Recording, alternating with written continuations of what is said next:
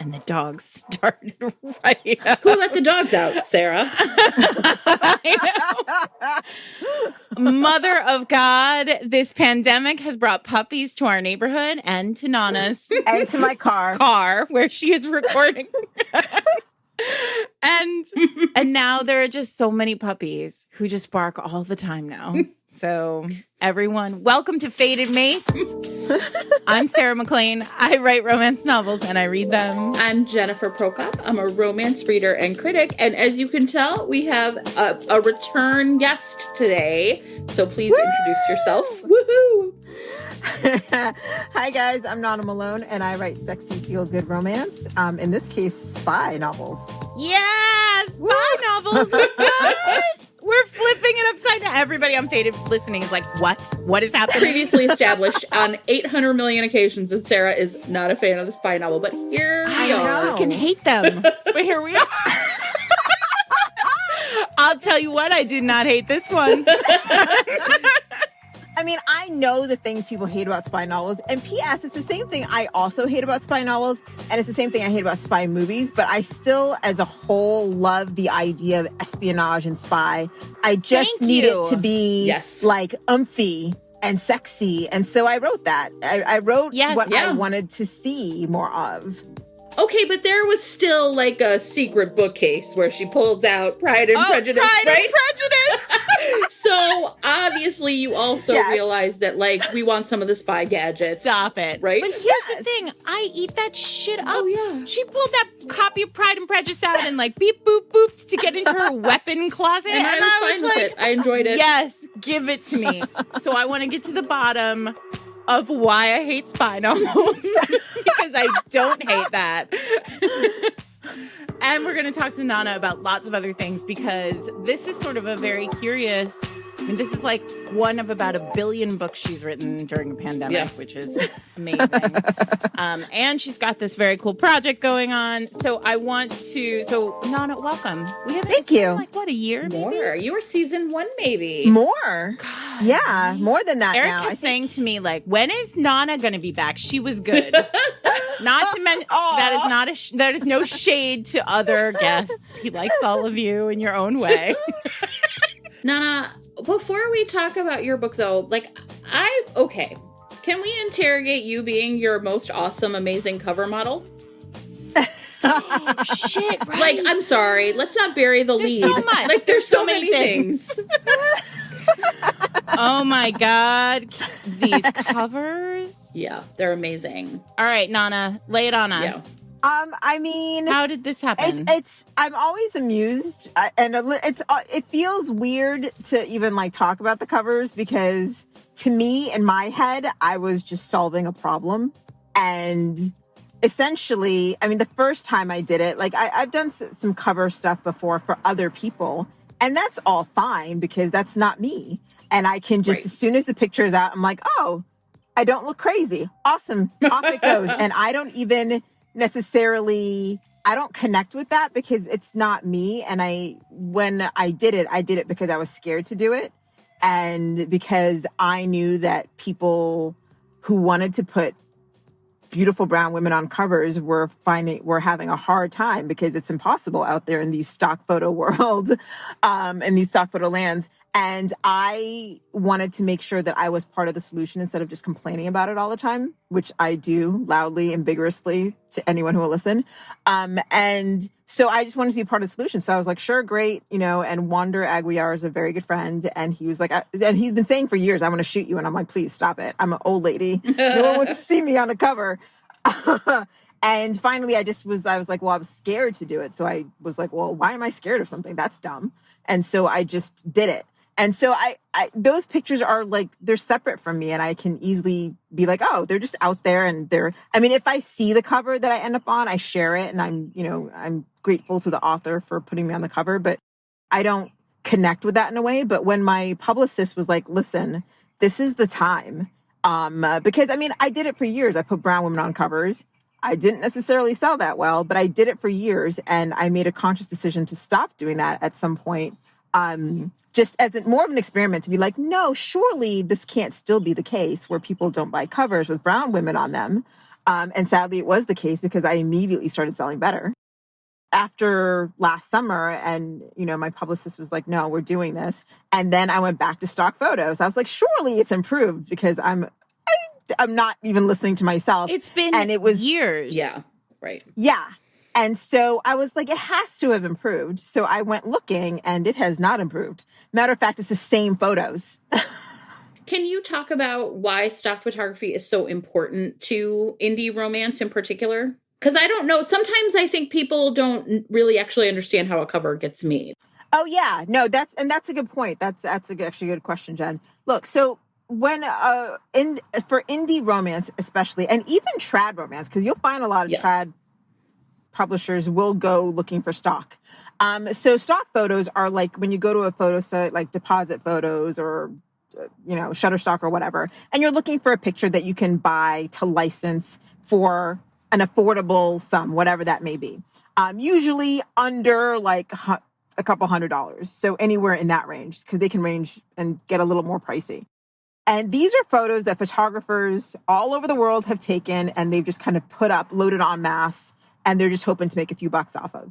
And so for indie authors, that's really where we get all the covers that you love and the guys and the women and the couples that you love. That's where most of us who are on a budget and have a budget for our production because when you're indie, you do everything from your edits and your proofreader to your cover design to all your marketing. It is you. You are the business owner. And so you have to figure out how to do everything that you need to get done that gets a book out there in the world on your budget, whatever that may be. Now, so stock photos is where especially those and even now, sometimes I'm just like, no, I've got a great guy for a stock photo for some book that's releasing, right? And I'll use that, especially if you want somebody who you haven't seen very often, because that's the other thing. There are thousands of romance writers out there. Right. You see the same people on the same pictures. And then the pictures, and they're getting used on covers over and over and over again. So that's the stock photo industry, and that's how it helps us. Right. And it's also though, so that's how it works. But then the problem is most couples are white, they're cisgendered, right? Like sort of heterosexual, skinny. Yep. Right. So if you are looking for anything that is not that, then you are like the pool of photos you can use becomes teeny tiny. Oh my God. It's impossible. Because then you get people doing this thing where they Photoshop two people who clearly were not in the same image together. Right. Well, that happens in traditional too. It does. I've had Point of order. Point of order. And listen, I've had that trad cover. Yeah, but I would say like indies kind of do it better. Yeah, right. Exactly. We do. Listen, because I have had. Listen, if you go to my Harlequin trad books, you will see those people that were sort of pasted. I was like, are they in the same photo? Sure, quote unquote.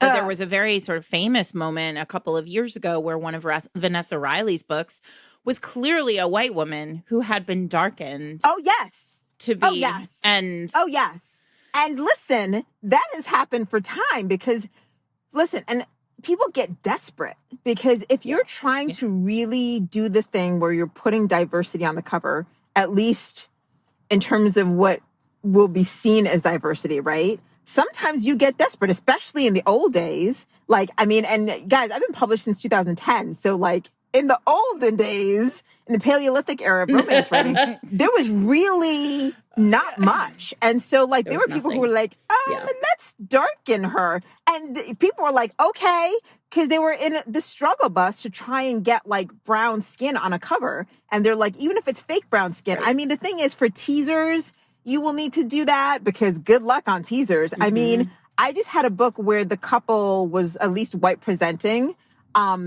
Because the woman she's half Moroccan. It's for my See No Evil trilogy. And let me tell you how much easier it was because I was like, look, a brunette. Right. Right. A brunette. Right. I was like, wow, that was easy. So easy. And then there's another layer. I interviewed Reese Ryan And on one of her Harlequins, it was like the first time they'd put a woman on a cover with natural hair.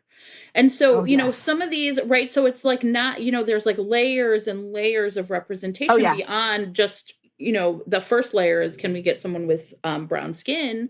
So I think that's the other thing is like then like having hairstyles that are more representative. So it's been really, so to have you take those photos, I think people really loved it. I loved it. And it was also just, I was like, you're so beautiful and talented. How's this? Thank you. The whole package. The total package. Tell my husband, somebody come and tell him. I will.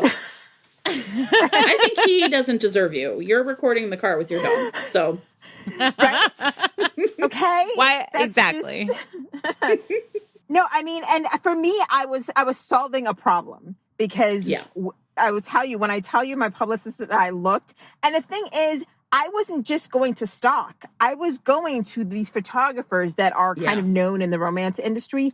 I was going to each of them and looking. I went to Wander myself, who does have other Black models, and was like, okay, looks like I'm going to have to go custom. Yeah. I can't find anything that I'm looking for because it's very specific. Yeah, which is much easier for someone like you who's been around for a long time, has all the contacts, and also is able to has a backlist that's able to pay for custom photography. Yes. I mean, the biggest issue with the stock photos versus is cost too. I mean, it is an enormous cost. Stock photos are so inexpensive. Yeah. Yes. Yeah. And it's cost prohibitive. I will just be really clear. I spoke to some folks at RAM and they were asking me about custom shoots. And I was like, listen, this is the most expensive thing you can do. Yeah. And the thing is, and Wander is affordable-ish, right? But it gets more expensive from there. And P.S., he's a friend, so he was doing me a solid. And when I called him, and he has another gorgeous Black model, like she's stunning. And I was like, hey, what's Amber doing these days? And he's like, what do you need? And I told him, and I was like, I need a dark-skinned Black woman in a ball gown because it's royalty. And he was like, yeah, no, great, we can do that. She's pregnant. And I went, not pregnant. Oh no! Yeah. And she was like, congratulations, Amber. Congratulations. Mazel tov. But she was like hella pregnant. And I was like, that is not the book at all. And quick, add a secret baby. Right? I was like, and it was for 2 duets. So 4 photos I needed. And I was like, I don't know if we can hide her stomach. Like, I was thinking of anything. And then my publicist was like, you just need to model for these. And I was like, no. Because the idea of being on my own covers, that's horrifying. Yeah. Because then it's not the separate thing. Because anyone who doesn't like the book, then it becomes personal to me, to my face on the cover, which brings up all my insecurities and all the times, those boys growing up in Whiteyville, USA called me ugly to my face. And I'm like, oh my God, are we? And so I need these to do this and I need to make money. And I had to swallow my fear, which by the way, tastes a lot like crow with feathers on it. And do that. And that was, it's like, everyone's like, great job. And I'm like, thanks. But I was terrified. I still am. When I see them, I'm a little bit like, I did that. But then I'm like, that feeling of terror still comes back. I'm like, I can't believe you did that. Well, it's a long-term thing now. You did it, but it's going to keep doing. Yes. And they are gorgeous. Thank you. Yeah. I love this story though. And I love for our listeners to hear about it. I think that's really cool. So do we want to talk about spies or do we want to talk about the Brown Nipple Challenge? No, I think we should talk about the Brown Nipple Challenge because I think it's so relevant to what we're talking about. Because it's not just the covers where, that we have to ask for. A lot of us have to ask for the books too. Yes. So, yes. Nana, you're doing this very cool project. Would we call it a project? I don't know. A celebration called the Brown Nipple Challenge. And would you tell everybody about it? Sure. Yeah. So, after the uprisings of last summer, I wanted to do something kind of that was more long term in terms of in my way of fighting the system. And, and I recognize that even just by being here and just by publishing, every time I make money or I sell a book, that, just by existing, that I am, in fact, it's an act of resistance. I recognize that. At the same time, I wanted to do more, especially in romance, because romance has a history of, not being friendly to marginalized communities, even though it's the genre of love, and every single person, regardless of who you are, who you love, what you look like, is deserving of love.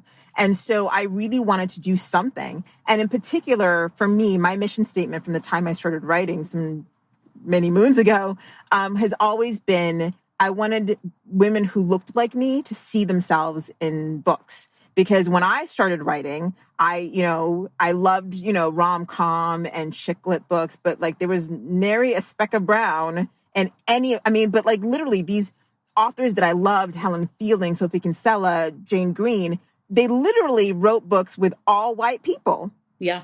And some of these books were set in London. I was like, how did you have a book set in London? I was like, you didn't know a single Asian person? No South Asians? Not one in London? I find that hard to believe. Not a one? Wow. Okay. And so I said to myself, I was like, I want to write these books. And P.S., these were the books that you would walk into Borders, rest in peace, Borders. And I didn't know anything about, book placement and how those get paid. But like, I wanted to write these books that were really marketable, were front of the store, marketable kind of books. Those fun, really highly marketable, easy to pick up front of store books. And I was like, but I'm going to do these with brown women because this is what my mother would call pink books. That's what she always called those, front of the store women's fics. Was like, yes, pink books. And you were like the brown books. Yeah. Yes, I was like pink and brown. Let's do these. And and so that has always been my mission. No matter what I have to do to market them, it doesn't matter because the content remains the same. You're going to I've written nearly 100 books. 70% of those feature a woman who's brown and has brown nipples of some kind. I always say that the men don't matter. I know it's terrible to say that, but I also don't care. But the men don't matter. Like I've written Black men, Asian men, I just across the board, I am equal opportunity fine. I don't care. You are just a placement. You don't matter. The women are what matter to me because it's women who read the romance, generally speaking. And women I wanted little girls who looked like me who were reading romance and not supposed to read the romance and picking it up to see themselves and to know that they were deserving of love. And so when I started the Brown Nipple Challenge, I was like, listen, there are thousands of Black and brown romance authors out there, and people act like they only know 5. And listen, we could list them off right now. I can count them off on one hand that everyone mentioned. Alyssa Cole, Kennedy Ryan, Miss Bev, everyone just and the Brittany Cherry, and they just start ticking them off. They're like, oh yeah, I know, but I read those, and it's those are safe somehow because they've managed to fight and claw their way to the lexicon of the people. But there are thousands of other amazing writers who can't get seen. They can't get anyone to pick up their books. Why? Because people harbor internalized biases. People have all the reasons, they don't have money to be able to get Facebook ads and stuff like that. So I was like, listen, I want to put a shine on these women who write these amazing books that are languishing in the 100,000s and up on the Amazon rankings, because I was like, people are missing out. And because when I was reading romance novels, everyone starts in historicals, so I was like, all the nipples were pink, rose, dusky. And I was like, what color is dusky? I need to know what, I'm like, cranberry. That is a really red nipple. That is cranberry. Why is that a thing? Maybe after they're being worked a little. Why is that so red? I have questions. Yikes. I don't like it. Oh, that's a lot. You can't see, but I'm clutching my boobs. That's too much work. Yeah. And so that's so much. And so when I started, I said, we're going to focus on these books, and it's essentially a book club. I mean, it's the simplest kind of thing. It's a book club, but no one wants to show up at a book club not having read the book. And instead of letting people do the performative thing where they're like, look at my Goodreads shelf with diverse books that I never seem to be in the mood to read, Let's actually read them, because this is not vegetables. This is romance. This is vitamin enriched cake. Vitamin enriched cake. Like, it's like, it's got some vitamin B and some D in there. It's all good for you, but it's still fun because it's cake with frosting and everything. And so we started this challenge, and, like, the response has been great. And I essentially just wanted to put like hardcore cash in the pockets of brown women. I try to do as many indie authors as I can. And, there's some trad authors in there too. But I was like, if your publisher can see a little spike and they're like, what happened there? They see that somehow you've done something, that maybe means that they give you a little bit more money the next time that you go around to be in a contract with them. So I'm like, if we can do that and put money in the pockets of brown women, we can turn the dial. We can make it like so that they get paid appropriately for the work that they're doing, and that they get more visibility. And that's the thing. So where can our listeners, like, where are you hosting this? Is this on Instagram? Like, where can we find out more about it? So it's a monthly Instagram chat. So the book of the month, well, depends on when this airs, but the recent one we're doing is we're reading Nana Simone's Road to Rose Bend, and we do the chats on the 1st of the month. So the previous month's book will always be held on the 1st. So June 1st, whenever this airs, is our next chat, and that will be with Nana Simone. And then I announce the next book, and we read all together. We have the chat on the 1st of the month. So it's usually on Instagram. And then I post the replay on my IGTV, so you can't miss it, at Nana Malone Writer. And then they also go over on my website, nanamalone.com. And if you just click on Brown Nipple Challenge, you can see all the chats. That book is fantastic. We've already talked about it on the pod. So if you all read it. Yeah. Yes, you should have read it. I don't normally love a pregnant heroine. I do not. I'm like, pregnant with someone else's baby. Oh, come on. Like, I really don't love also pregnancy, like the baby at the end of the book. Yeah. It's all, there's a lot. It's a lot. Unless it's that Sandra Brown one that starts with her, like, have you guys read that one? Did you read that when you were children? Yes. She's pregnant in the car. Oh, yeah. And she's having a baby, like, on the side of the road. And he, like, stops and then he has a newspaper. That's all I remember. For many years, that was like my only frame of reference for how children were birthed, was like on the side of the road with newspaper and a handsome, probably mustachioed man. But you know what? It's great about that book is her ex-husband is the father. They had like a kind of like, oh, let's have sex. We might as well. Yep. And then she won't get back with him. Actually. And I love that too. I was like, when have I ever read this in a romance? It was amazing. Yeah. I loved that.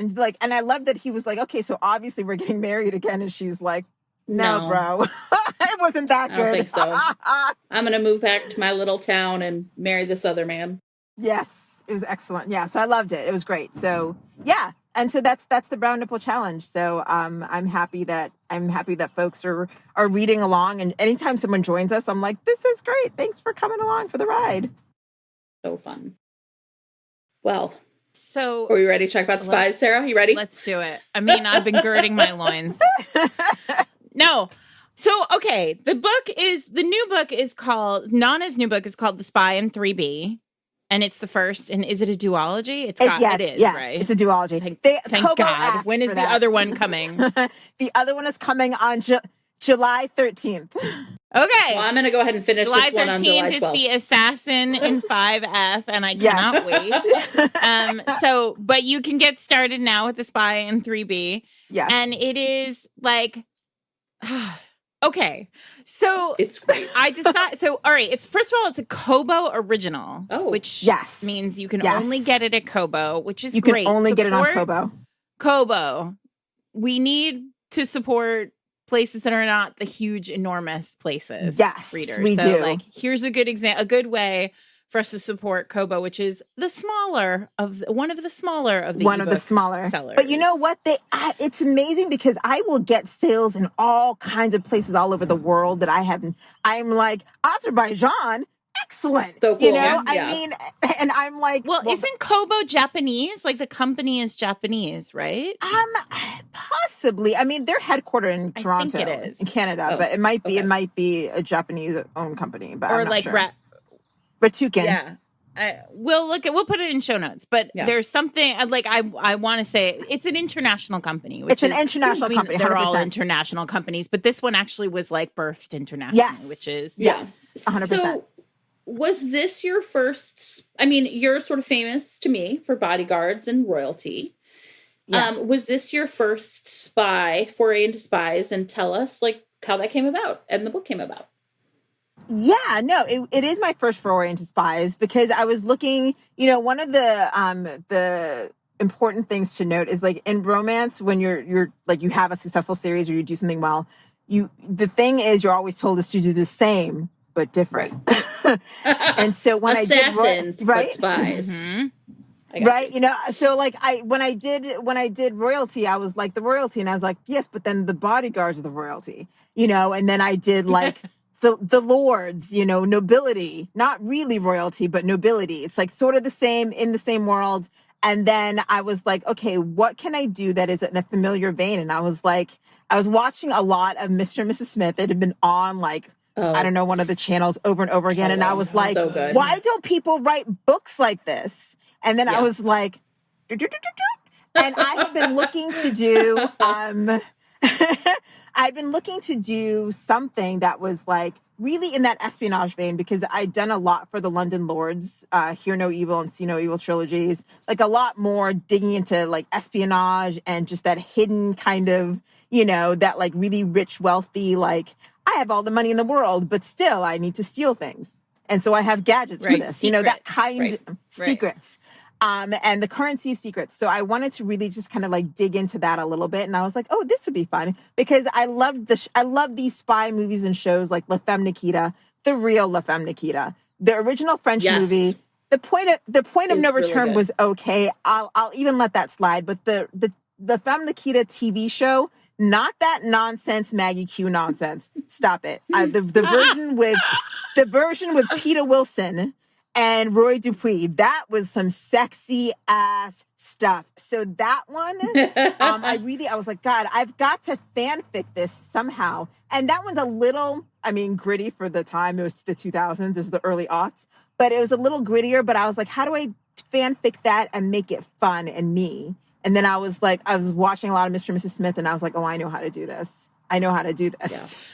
Well, so here's the thing. The Mr. and Mrs. Smith parallel is very good here. Yes. So we have two, except they're not married, right? You have two. Right. They're not married. Essentially like black ops, like covert ops people. They're both working for they're government contracted spies.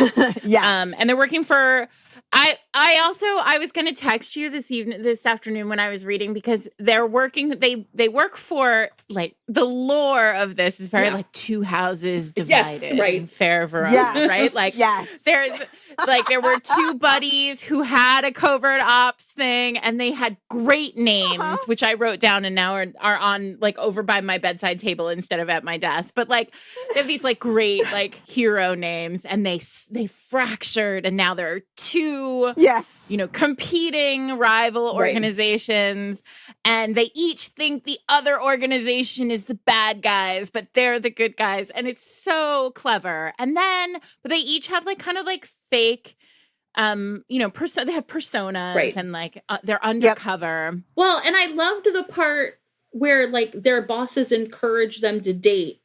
Because then you could be like a little more, like you're not such a wild, loose cannon or whatever, right? And so both of them are kind of like, oh, for stability. I'll keep going on these dates. Right. And so they're both like dating under the, like in disguise. They're dating in disguise. Right. And it's sort of and it's a very sort of, when is it gonna, when are they going to figure it out? And you really, you draw it out. Like it is fabulous. Like they are like making out and her purse is stolen by like one of the bad guys that they're all chasing. And they both think the guy was after them. Yeah. And like, it's just so much fun. And then we talked about like the gadgetry, the like all the kind of the pieces of the spy puzzle that don't feel like fossils, which is what Jen calls it when like it's boring. You're just like deep in the like, where are we? What is happening with Napoleon? Right. Like, because as you said earlier, right, we all started in historicals, and I think that's what killed spies dead for me. Like all those old, like kind of like I know what you mean. You know what? Can I say something though? Because I think one of the things you said earlier is important, which is, but we all really like spy movies, right? Mr. and Mrs. Smith or Spy with Melissa McCarthy is amazing. Every single James Bond movie. I'm a sucker for all those James Bond movies. Okay, I have a little bit of a theory, which is when it's a movie, you just sort of get swept away and you can like kind of not pay attention to the fact that like none of it really makes sense. And I think that, I mean, honestly, right? Like, oh, you're going to play a game of poker, James Bond, and somehow that's going to solve the problem. Like, sure. Right? And so I do think that in a book, authors, there's, you have to do a lot more work to sort of like get us to go along with whatever it is, the plot is. And so I think that people can get bogged down in that. And I think that might be why spy romances. And then, of course, if it takes up too much time and the romance isn't good, you're kind of like, why am I even here? So I think it's a harder thing to pull off. But also what Nana does so well and what makes a spy, because when I was making my list of like, what are the spy books I would recommend, like that I have liked and loved in many cases. And this is now one of them, because I think what Nana sort of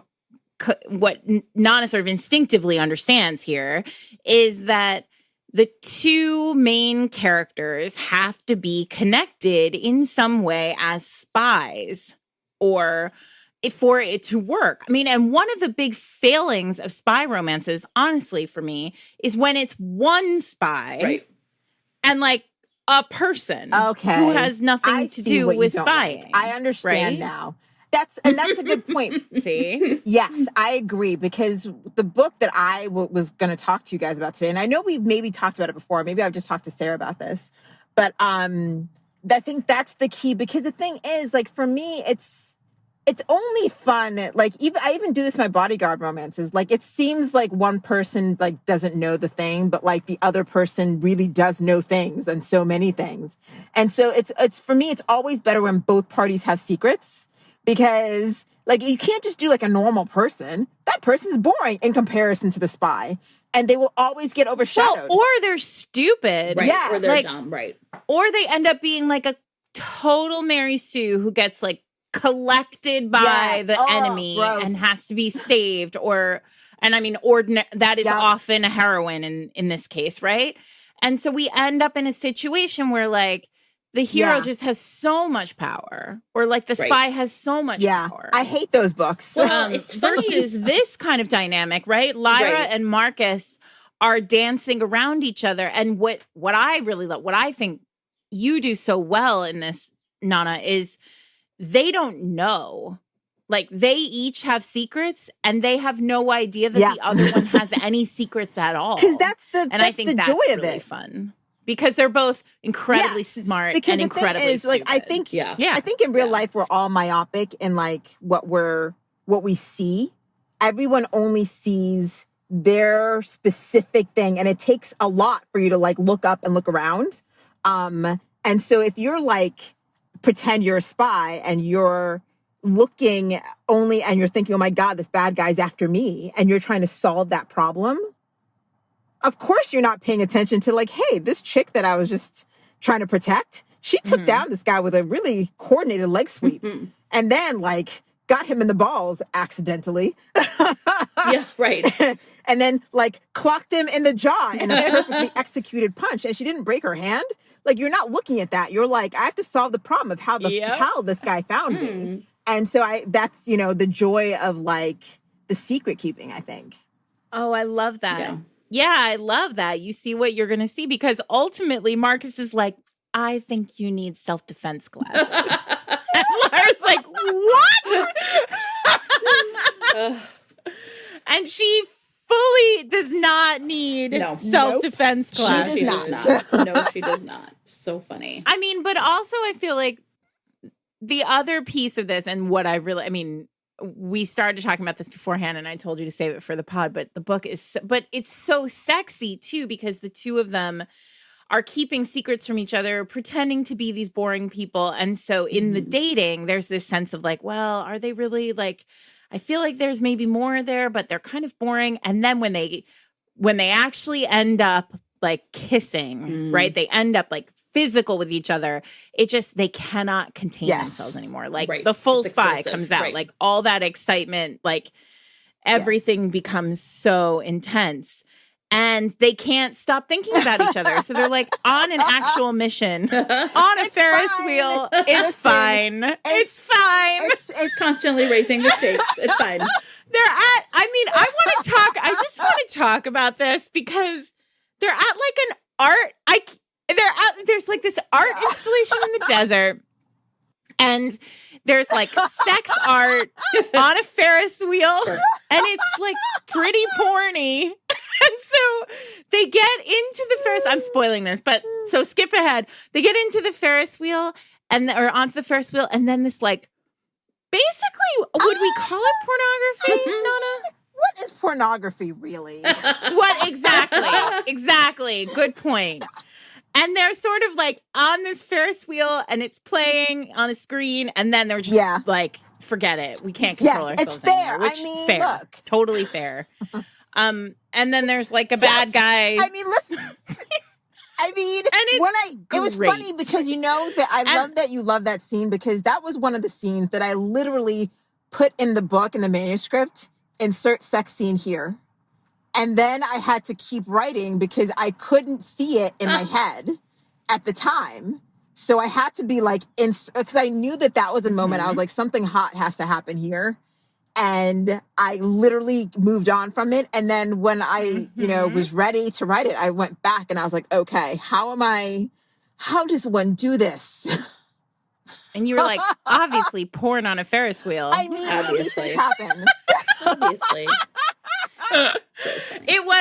It is. So here's my thing. Anybody who listens to the podcast knows that like, I just want it to be crazy. That's all. Yeah. Like I'm not asking for a lot. I just want, as Jen says, the brightest banana on the tree. And like this moment I was like, what is happening? Who cares? It was fantastic. Thank you. I think going back to Jen's point about spy movies, right? Yeah. Part of the joy of the spy movie is that you're like, what is happening? Who cares? Yeah. And so when it gets too like in the weeds with like Napoleonic history, I'm out. But like James Bond jumping from like a construction crane onto a moving train and then like taking a minute to like fix his cuffs. Yes. That's all I want from spy. Also like Daniel Craig forever. Right. But there's a Pierce Brosnan one where he like jet skis off the side of a mountain and then catches a crashing airplane in midair and then flies away. Yeah. Sure. And it's like, that's what I want. Right. I don't want to have to. Right. Yeah. I don't need a lesson in flight. I just want James Bond to fly. I want all that, and I think the book delivers, but I also think because it's romance, we expect those like emotional beats. And I think in that way, one of the things that her fear of like, I'm going to be lying to anyone I'm dating and I don't know how people do this. I think it's really like the emotional tension right from the beginning is at 10 because of that. And I think that that's the other way though, that like I don't like books where people lie, but if you're a spy, you have to. You have to lie if you're a spy. You like people to have a reason. It allows me to enjoy something that normally I'm like, just tell the truth. No, and that's really, for me, that was the big thing because like, I know that I know that people hate lying in a book, right? Everyone's like, just tell the truth. Right. And so am I. I mean, it makes me crazy because I'm like, no, if y'all just talked. Sarah loves it, but she's garbage. I mean, but like, I'm always like. It's true. I'm trash for a liar. I really am. But like, I'm always like, look, if like most of these scenes, it's like, well, just fix it by telling the truth. Like, why are we holding on and lying? Right.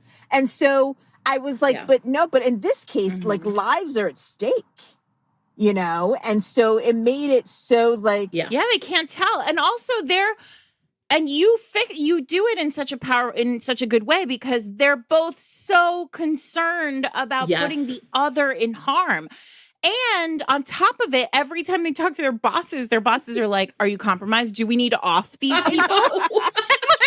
And it's so you become so invested in these like or in the ordinary people Yes. who they are pretending to be.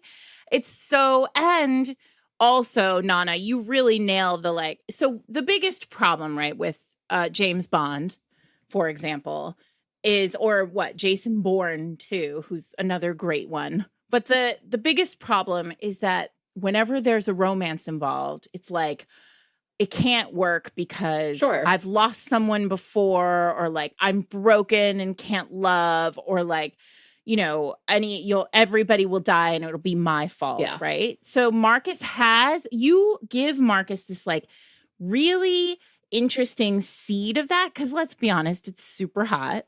Like I'm for it. But like in just enough that like you see that he is reasonably concerned about being in a real relationship with somebody who is good, you know, good and good for him. Yeah.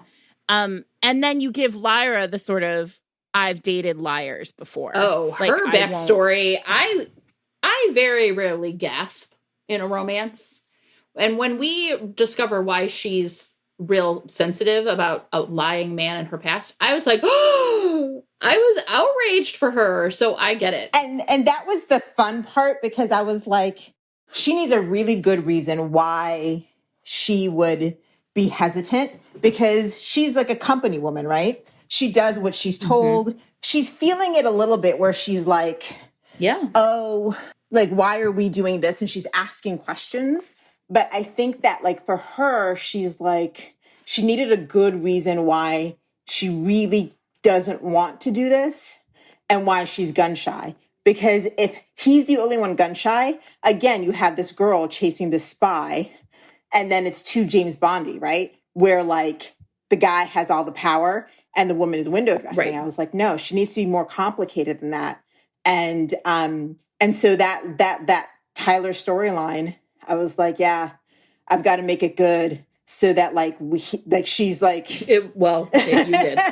Well, and can we also talk about the fact that like Lyra has all these powerful women around her too? Mm-hmm. It's not just like another failing of a lot of spy stories is like there's one lady spy and all the other people are men, right?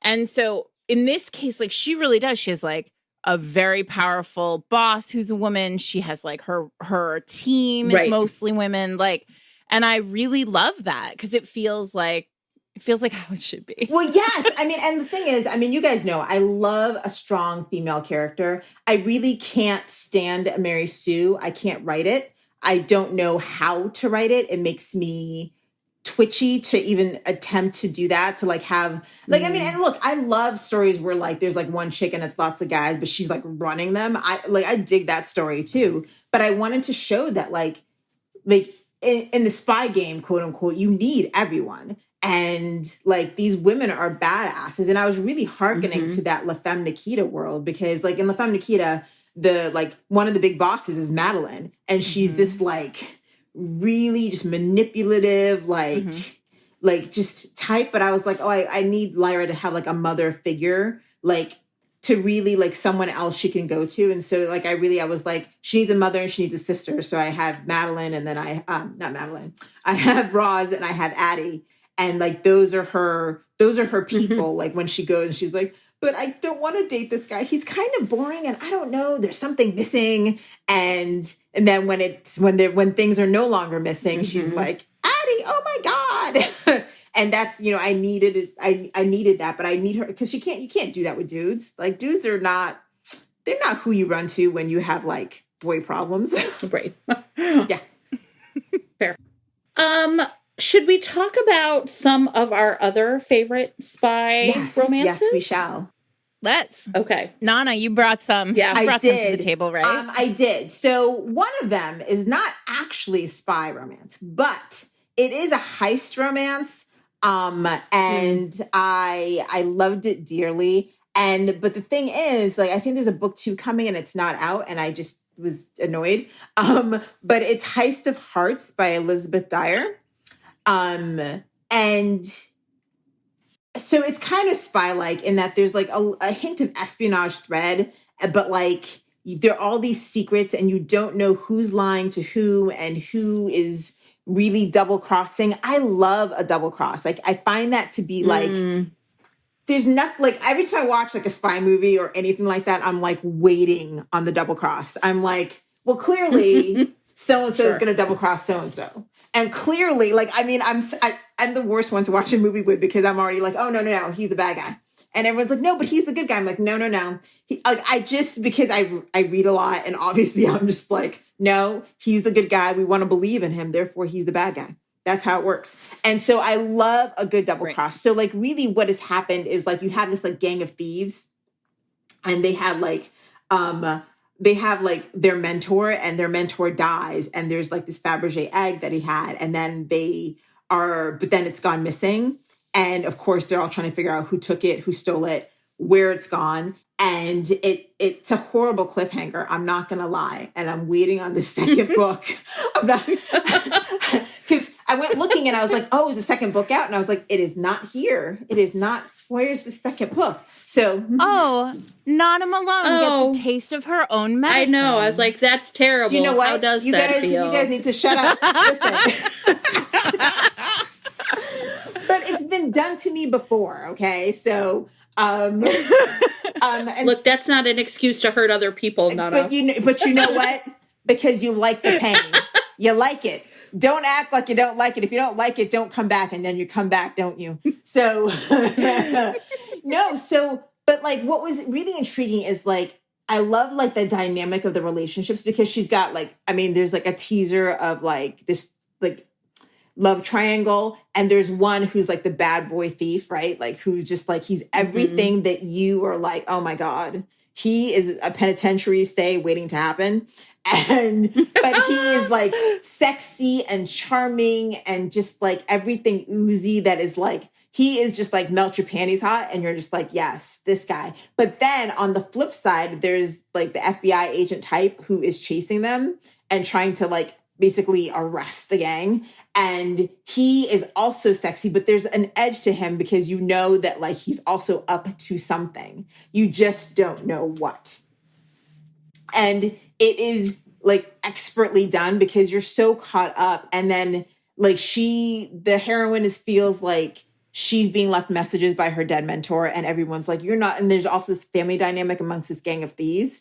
And they're like, you're not the only one that he loved. And she feels like she is the only one that he loved. So like, it's got everything that I love in it. This like found family, like heist and thieves and espionage and lying and secrets. And I am just like, yes. And then of course, my favorite is that like, they're like one of the scenes is like they're at this party and she's trying to get information from somebody and she like literally double crosses both men that are there to like help her, quote unquote. And she like takes the information for herself. And I'm like, yes.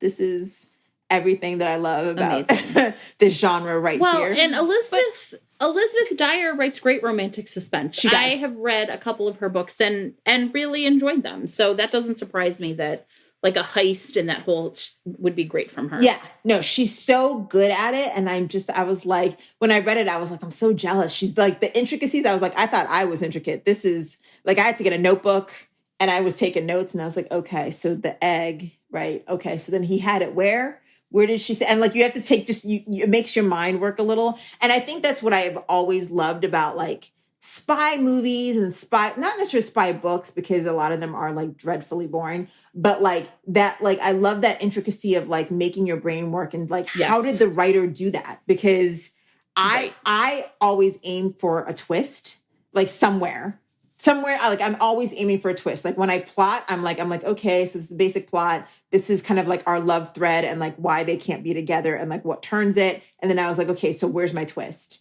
You know? And where's the thing that's Nana, this is why your cliffhangers are one of the few cliffhangers that I read though, because you think through how to it feels organic, right? Or whatever. Like it's plotted as a concept where like there's a twist and then there's the cliffhanger and then I have to clamor to come back, right? Oh yeah. But that's not, and I think that what you're getting at here is something that also that also is maybe part of why I have struggled with the subgenre many times is because when we did our romantic suspense episode, or when we did Whiteout with Adriana Anders's Whiteout, Whiteout is so suspense, It's so good. So good. But like being able to build the tension and hold it as a writer is, I mean, look, romance novelists do this all the time with love stories, but like emotional tension is not the same as like,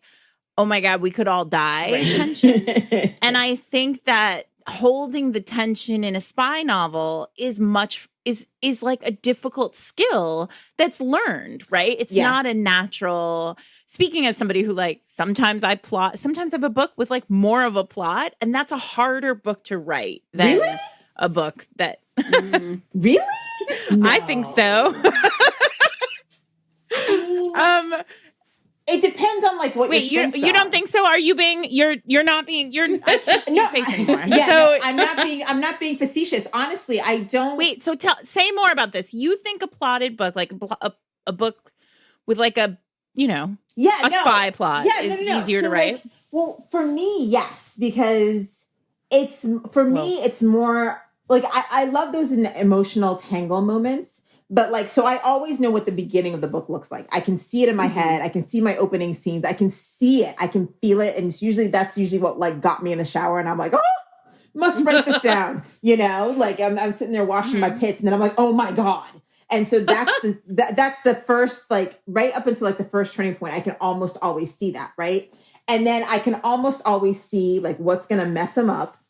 Like first, what's going to mess them up emotionally, and then what's going to mess them up, in terms of the plot, like where they break down, where it all goes bad. I can see that. And once you see that, you know what the end looks like, right? So like I can see those two chunks, right? What I can never see is the stuff in the middle and God help you. Can anybody see that? Right. Nobody can see that. Right. And so for me, that is the part that like, and I'll say it out loud with my whole ass chest. I'll say it. Is like, that is like where I struggle with so many contemporary romance novels that are just like nothing else going on. Because yes, it's fun and games, but I'm like, please God, give me something. And like, unless you have built that sexual tension and that hook so well, that's where I start to be like, please make this end. Please God. Because sometimes like I'll find that like some writers, they don't know how to hold that and they don't know how to juice it. And the middle is too long. For what they have going on. But that's the issue with that's what I mean by like a romantic suspense, a spy novel, a heist movie, like a heist book. There has to be a constant. Yeah. Here's the thing. In the romance itself, right, can ebb and flow. It can have moments where it's like super high and moments where like we drop you emotionally. But with the mystery, and it is all sort of mystery-esque. Yes, sure. I think so. Yeah. The thread has to be pulled tighter and tighter and tighter, and it can't spring. Like, it can't be loosened until the end. And that's the fun part. That is a really, yes, but you're good at it. Well, it's the hard part. It's a hard skill. Like, and that's so funny to me because to me, that's the easier part. Than like this, like drawn out emotional, like. Well, this is why everyone should read Nana Malone. Yes, and that's why everyone should read because look, at the end of the day, like there are people, like everyone who works to their strengths, because there are authors I love, Sarah being one of them, that like you don't like. I don't feel bored in the middle of your book because you've done your job. There's so many times that I'm reading a book and I'm like, we could have lost 3 chapters. Like we didn't need all of this, but they were trying to like keep it going for some reason. And I was like, no, this book needs to be about 65 to 70K. Like we were done, and it could have been tighter because it just feels too heavy in the middle. Cause it's like, I'm like, oh, but you didn't really accomplish anything with that drawn out stuff. Right. And so usually when I get to the first turning point, I start to think, okay, how can because I do a separate suspense thread. And so I'm like, how do I ramp this up? I'm like, so something happens, but why did it happen? And what's the next worst thing that can happen? And then like, how do I make it seem like, oh, they're going to get what they need to like stop whatever it is from really bad happening. And then I'm like, I need to take it away from them. And I'm like, what am I taking away? And then I'm like, ooh, but then I got to give them hope. And so then I'm like, what hope do I give them? And then at that point, it's the full gallop. And then I'm like, and danger and danger and danger and danger. And it just keeps going and going and going and going until it snaps. but it's like, I mean, I plot all of that out, and that helps me fill in those emotional things, because like, if it was just a straight contempt, I'd be like, okay, well, she was mad at him because, I guess they go to dinner. Right. That's exactly it. Yeah. I mean, and I like high conflict. I like high tension, but what I really like are characters with agency and characters who want something, characters with motive. And I feel like that's when I get really like that sort of drifting contemporary where things happen to the characters instead of the characters making things happen is, I think, where I get stuck. There's also, it's impossible to write a soft spy novel, right? Like, if I actually have one. Do you? I do. I mean, I guess I have one too. See? I guess never mind. So I don't know. So maybe maybe I need to think about this, because what I'm trying to say is like the danger when Nana was like, and danger, like to pull the thread tight, you have to have you have to feel like the stakes are up here, right? You have to feel like they're as high as they possibly can be. Everybody's going to die. And that's the thing, like, and in this book, it's so twisted, because you keep getting reminded that like at any moment, one of their bosses could be like, we're killing this person. Yes. Like, we just have to get rid of them. They're done. They know too for much. the cause. For the cause.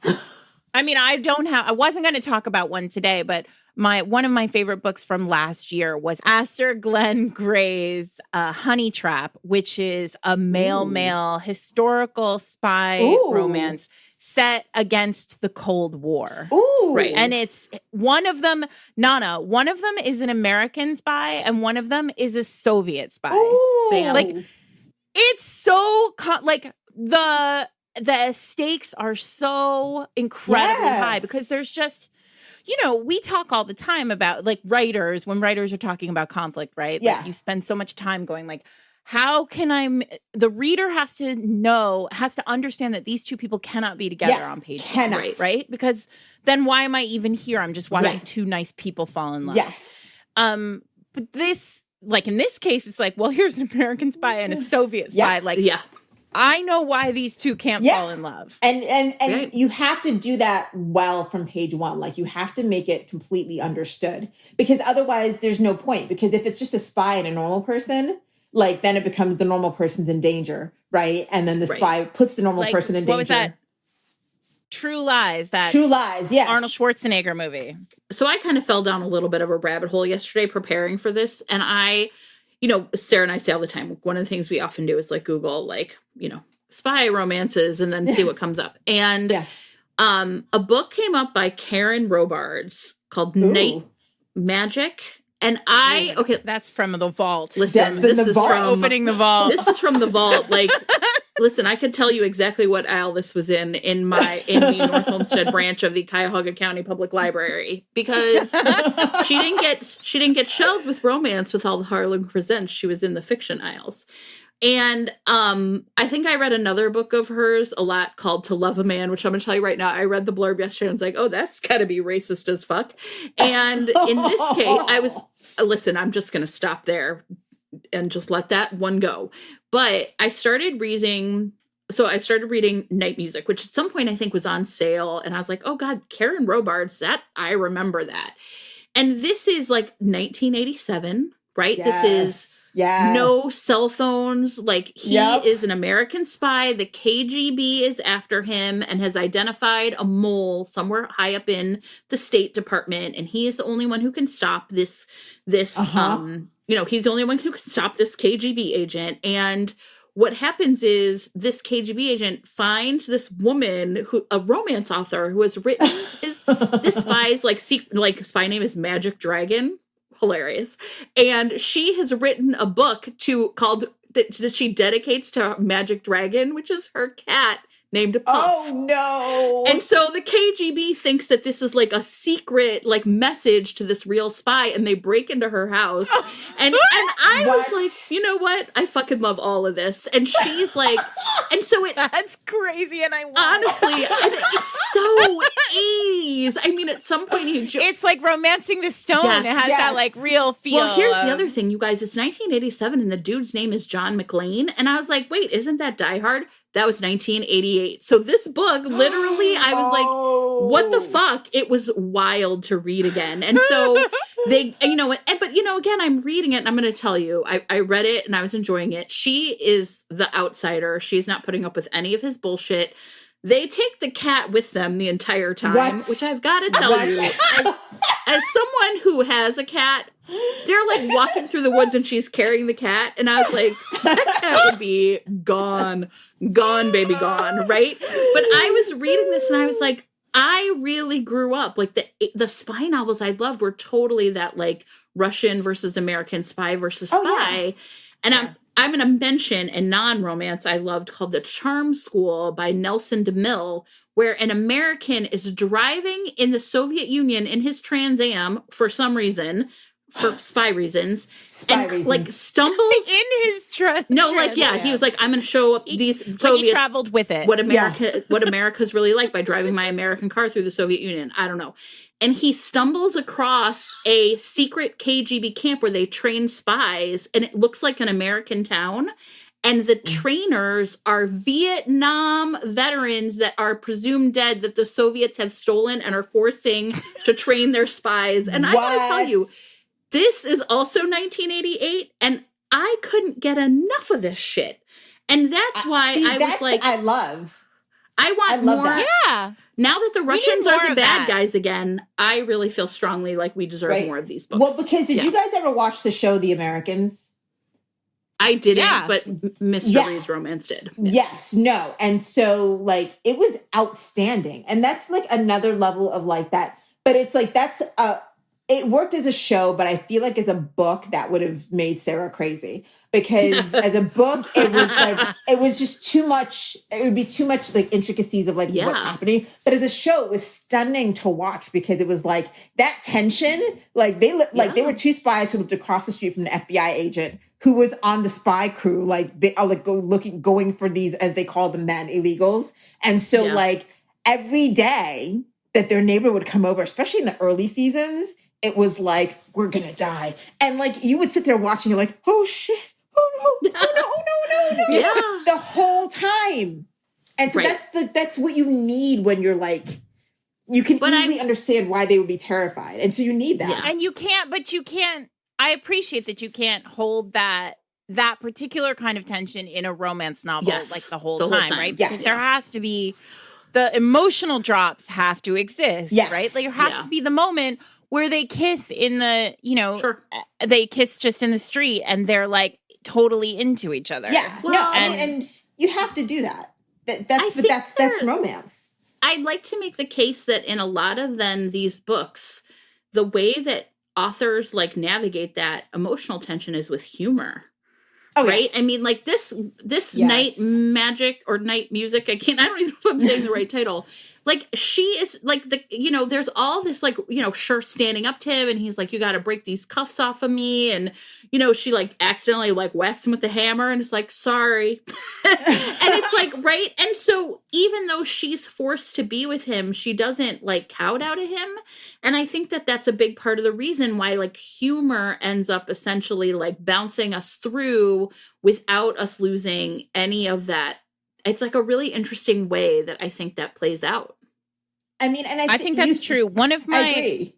Oh. No, I was saying I agree. You need that because otherwise it's just that then you're just taught the whole time and it just isn't, you don't have time to come down to fall in love, essentially. Right.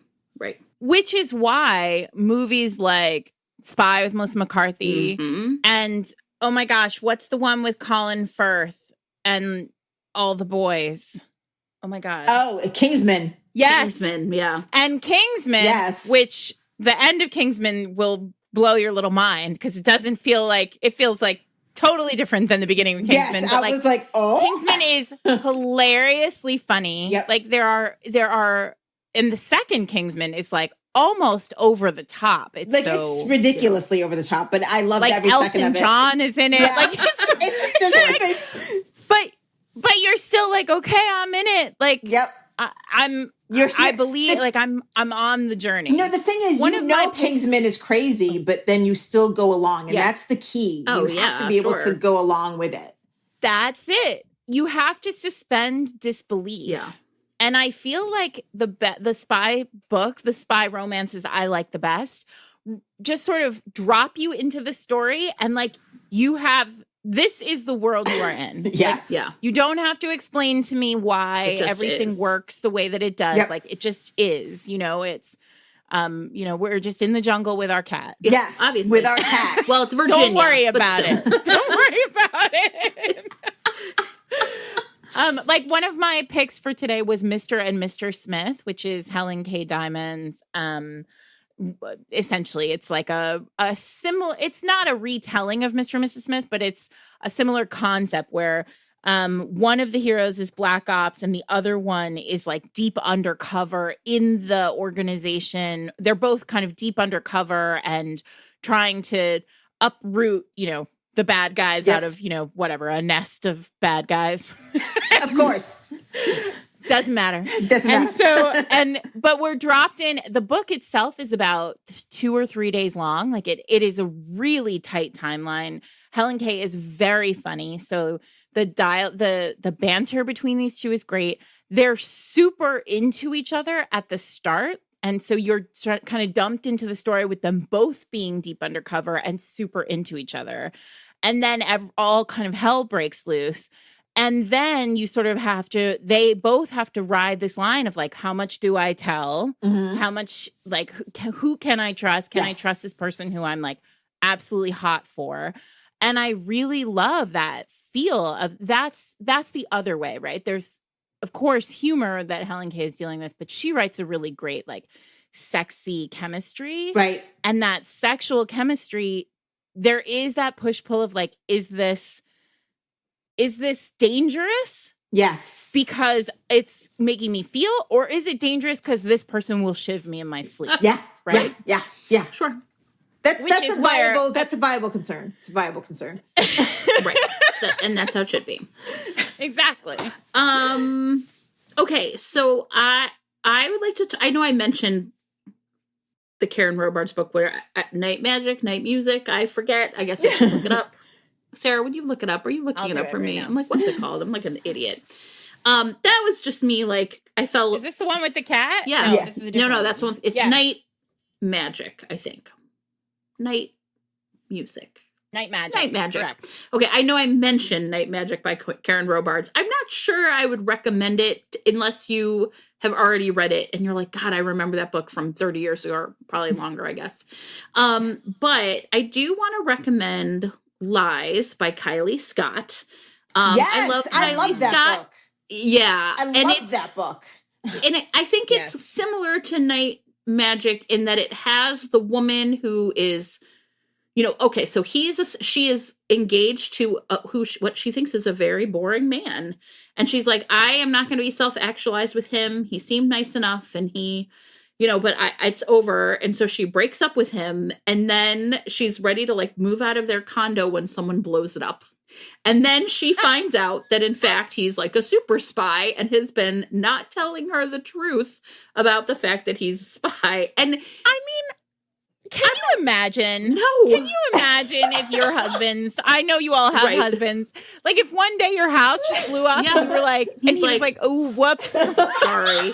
And she meets like his crew, right? I'd be hot. And here's the part that, listen, okay, I said earlier, I don't get shocked by romance. I was shocked by this. She and Tom, that's his name, have always had bad sex. And she's like, we don't even have good sex. And he's like, well, yeah, I mean, most women don't have good sex with their partners, so I made sure to like be bad at it. And I was like, I love that. I love that in that book. Well, no, I love that in that book because it was like he was so like he was very Darcy-esque in that he was so analytical about it. And he was like, no, but most women don't have good sex, so I couldn't give you good sex. And I was like did obviously, you just I would have known something was wrong. You would have known. And she ends up, you know what I really liked about this book is she ends up being a really valuable asset and having a lot of skills herself in the spycraft world. And I really also like, so here's back to Sarah's, like, I like when they're both spies. Mm-hmm. I don't mind if one starts out not as a spy. If she figures out, she'll be a great spy later. Yes. Right? Yeah, she has to be great. Yes. And then join the team. Right. Yes. Yes. I love a join the team. I love a join the team because that is so And- like you have the skill. Yeah, and he has to be knocked on his ass by it. Oh. If it's MF Completely. like, and she's the one who has to join the team, he has to just be blown away by how amazing she is. Oh, yes. Absolutely. I never expected you to be like any form of qualified person. Right. And then I think it also... And now she's like leading the team. Yeah. And I also think it plays into a lot of kind of again, in MF, a lot of patriarchal bullshit that really has to do with like wanting to protect her when it turns out that she can protect herself, right? Yeah. Back to, you need to take self-defense lessons. Do I, sir? Do I? And she's like trying to punch him badly and be like, is it like this? Yeah. Right. No, but I loved Lies. That was one of like I really enjoyed Lies. That was and the bad sex comment was hilarious. I was like, oh no. I know. All right, so we have a couple more. So I know that you want to talk about Juno Rushton, and I love Juno Rushton. Yes, so I love Juno Rushton with the strength of 1,000 suns. Listen, I don't know Juno Rushton. I keep trying to know her, and she's like hard to get to know. But I love everything she's ever written because I read Every Last Breath.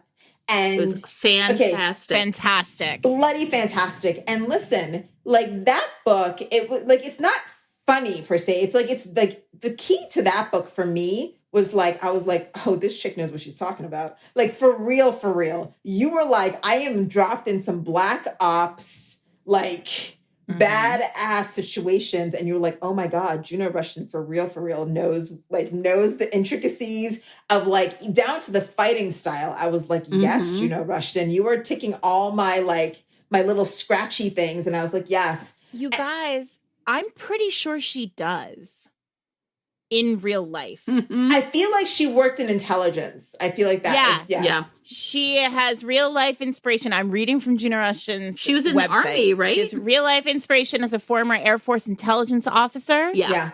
And now she writes romantic thrillers. Every Last Breath was on our best of 2019 list because I read it and I was like, what? This is amazing. It was so great. So, and then the best part about that book was that it wasn't just suspense, with some, how they give you like a quick nod to like, yes, romance. And they bone like once or twice, but like the romance got equal billing. And I was like, this is, and I was like, and you were invested in their relationship, even though you're like, wait, is he Russian mob? I don't know. What is happening? What's going on? What is this deal? I mean, Juno Rushton is like, I'm like, I'll have her babies. No, so I would agree. And she's now written some like category, like silhouette. What's the silhouette line that's like romantic suspense? Maybe it's I saw those. I can't remember. So, I mean, she also is like developing quite a backlist. Like, I think when I read Every Last Intrigue, Breath, Harlequin Intrigue. I was like, yes, that's one book. And now I feel like there's more for people to dive into. Yeah, there's definitely more. And I was like, she kills it. Like, it was not even a joke how she killed it. And I was like, oh. It was really so good. This is how you do it then. Oh, right. Yeah. I quit writing. I quit. I quit. I have no business writing anything. Like, I quit. She's so outstanding. I know I, threw some shade on Napoleonic Era Spies, but I feel like I have to call out a couple of historicals that I actually think are great. Lauren Willig's, I'm just going to go fast, but Lauren Willig's Pink Carnation series, which is 10 books long and set during the Napoleonic era, is all about like French and English spies. And if you grew up with any knowledge of the Scarlet Pimpernel because your grandma liked that old black and white movie, then you know what we're talking about here. So she's like, the concept is that there is a spy who is codenamed the Pink Carnation. They're all the spies have these like color flower code names. Okay. And in each book, there is, a spy thing that has to happen. Sure. And there is a wraparound contemporary story. These started being published like right around the time of like the Bridget Jones Diary, like pink books that we were talking about. Pink books, yeah. There's this wraparound story with Eloise and Colin, and Eloise is like a PhD student in historical spies, historical espionage, and she is in London doing research on these like color flower spies. And so the person who has all of the private materials around this spy ring happens to be just like a hot young English guy. So you get 2 for 1. You get the contemporary romance that lasts sadly 10 books. Like talk about a long haul of a burn. Eloise and Colin, and then you get the internal. Every book is like a really beautiful historical romance with a spy. And then of course you have the other piece that we haven't talked about, which is the big community of spies. Like there's like this kind of brother sisterhood happening where everybody's connected. And I think that's always a fun thing for these books too. And then I just want to shout out again, another Mr. and Mrs. Smith retelling, which is historical. And that's Shayna Galen's Lord and Lady Spy. Ooh. And it's one of those books where the first chapter stays with you because it begins with the heroine. The hero is like incredibly boring. She is married to this very boring, who we know is not at all boring, but it's very boring husband who is a Napoleonic era spy. And she too is a spy, but like they don't know. Of course. And it begins with her hiding in a wardrobe in a bedroom in a house.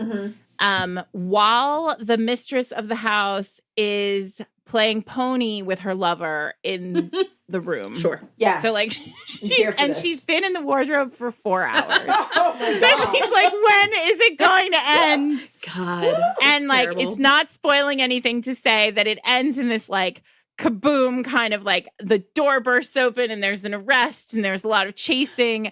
And then she ends up with her boss and she's like, what is going on? And he's like, the war is over. And which means like she has to go home to her boring husband and live her boring life now. And of course, they're not boring at all. Not, of course. Of course. Ooh, now I need this. I need this in my life. One Fine Duke by one of my favorites is Lenora Bell. And that whole series is her, like, essentially her adoptive kind of father figure is like the spy master for England. And her name is Mina Penny, which is like this nod to Monty Penny. Yes. And she essentially like would be this amazing spy, but no one thinks she'd be a spy because she's like a girl. And it's like real rompy, right? Like they like, go through hedges and, like, and it's terrific. I think historical spy books tend to kind of work more for me because then you can get the like secret letters and the, you know what I mean? I feel like modern spy books can be a little trickier. Codes. So I do want to talk about like a really go ahead before you move on. Okay. Are you going to do another historical? No, I'm not. So go ahead. Okay, we'll come back. I just also want to shout out, and this is just like I feel like if you are looking for a Revolutionary era spy, Beverly Jenkins's Midnight is for me the highlight of that world. I haven't read that one.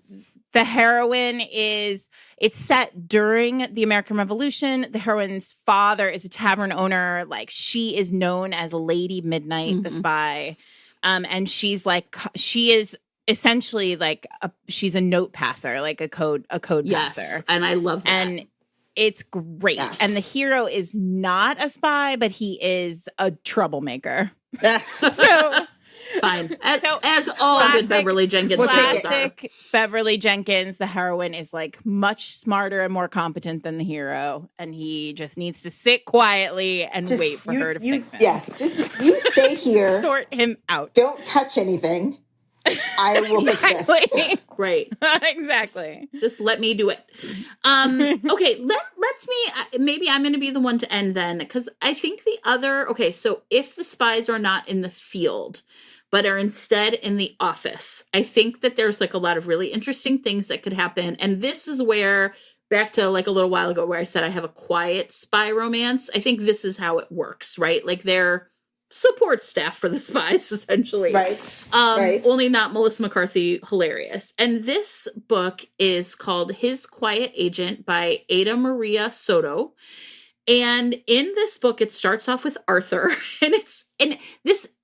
His Quiet Agent is itself a quiet book, right? Like, Arthur is essentially has applied for a promotion, and he like works for, I don't know, the CIA. I don't think they name it.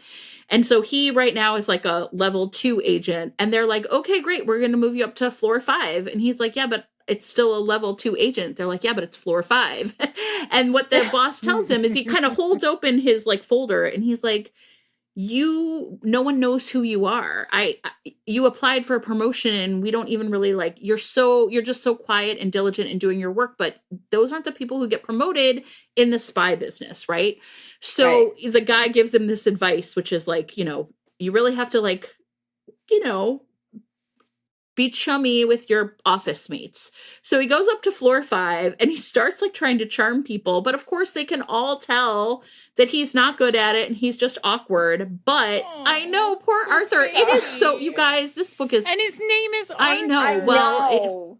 Right. Okay. So, but he eventually kind of makes friends with Carol, who he's like the last person he tries to go up to her to sort of make friends. And she's like, I'm a lesbian, just like cut it out. Stop with your charming smile. And he's like, wait, do people think I'm trying? And she's like, it's just too much. You're trying too hard and we can all tell. But he does manage to sort of befriend the real loner in the office, this guy named Martin. And he's in fact so quiet that everyone calls him the alien. Like he just reads these books that are like very daunting. I mean, like, that they put the names in the book, and I was like cracking up. And what happens though is he's, and he starts to kind of, force himself to sit at Martin's table. And Martin doesn't come to work one day, and Martin is like, always on schedule. And he is walking out in the parking lot and sees Martin passed out in his car. And of course, we all think like, oh my God, the spies got to him. He had the flu.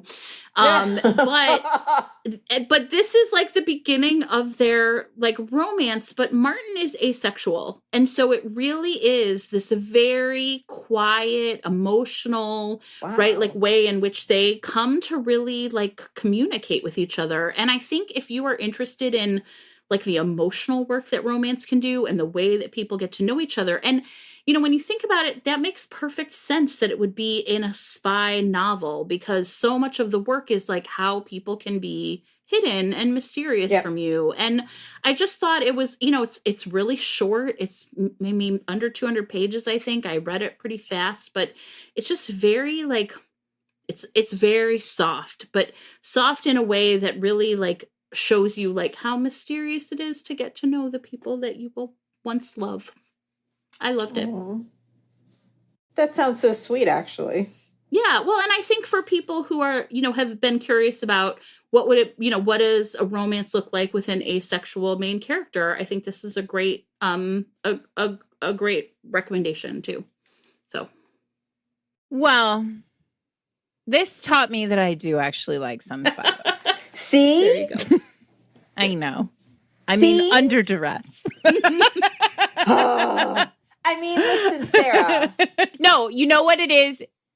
I think it's one of those things where it's like, I like the taste of it, but I don't like it to be labeled the way that it is. Oh, there you go. I don't like the label. Well, but like you also said a couple things that like have really like, I'm like, you like spy novels. And the thing is like, but you like them to fit into a very specific, like niche. I like it to be really tight. Yeah. Right. Yeah.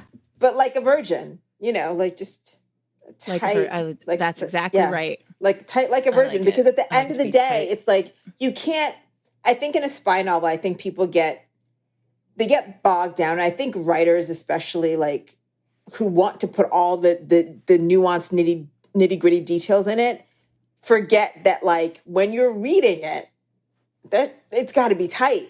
And so some of that nuanced detail isn't always necessary, because what's really interesting in a spy novel is like when you're reading it is the relationships, because you worry that these people are going to die.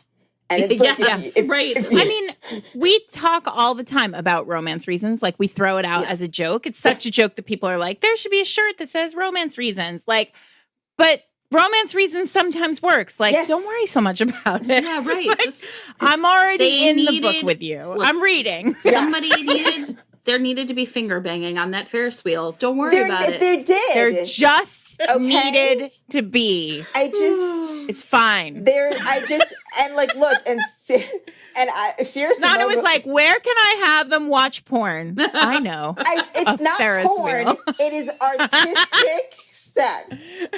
Of course, it always is. It's classy. It's classy, artistic sex. And it's like, Nana, all I could think was like, my God, people are just banging in this Ferris wheel all night long. They're getting in there and they're just going to, like, I hope somebody's spraying it down afterwards. Exactly.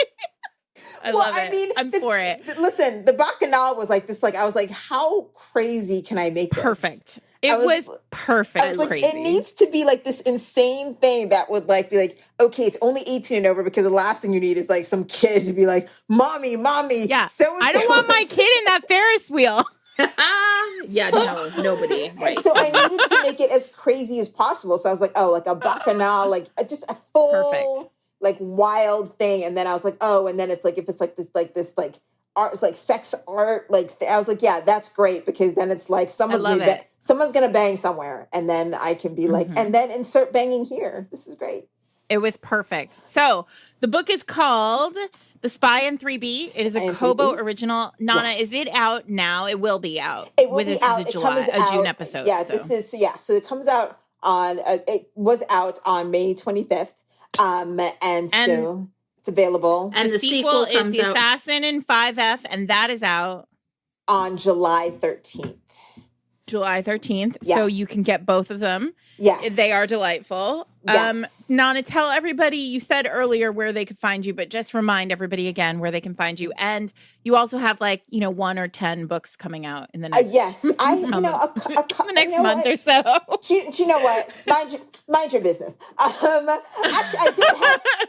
I don't have that many books coming out right now. I'm behaving myself. The early part of the year was wild, but you can find me at Nana Malone Writer on Instagram, at Facebook.com/Nana Malone Writer on Facebook, on Twitter, although I'm rarely ever there, honestly, at Nana Malone. And also you can go to my website, nanamalone.com, and find out all the things I have coming up. And the next upcoming books, like Sarah said, will be The Assassin in 5F as the follow-up to The Spy in 3B.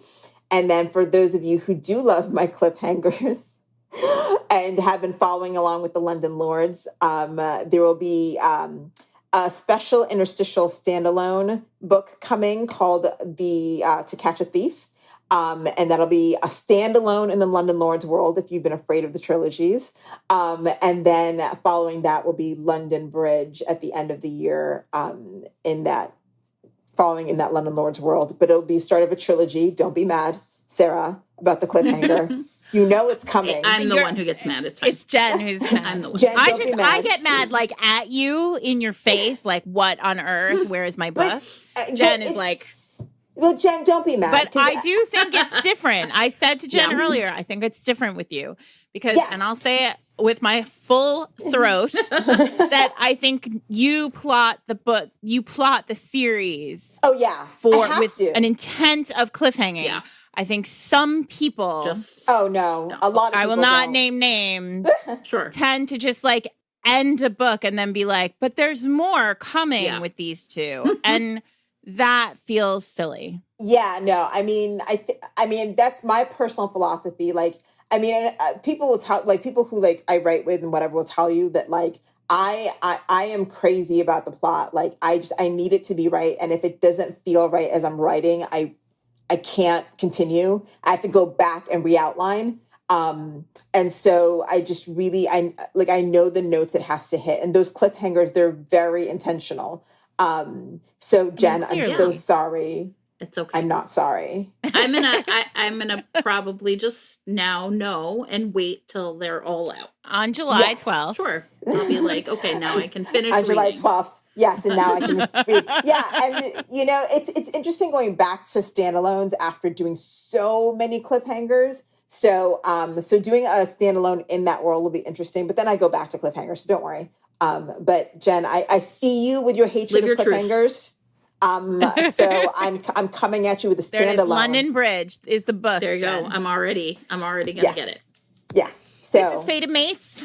We are Nana. Thank you so much for coming. Thank you for having me. Would you come again? We don't want to wait 2 seasons to have you again. Season 4, it's gonna happen. I'll come back next week if you want. I mean, I can sit in the car with the dog again. That's what I do.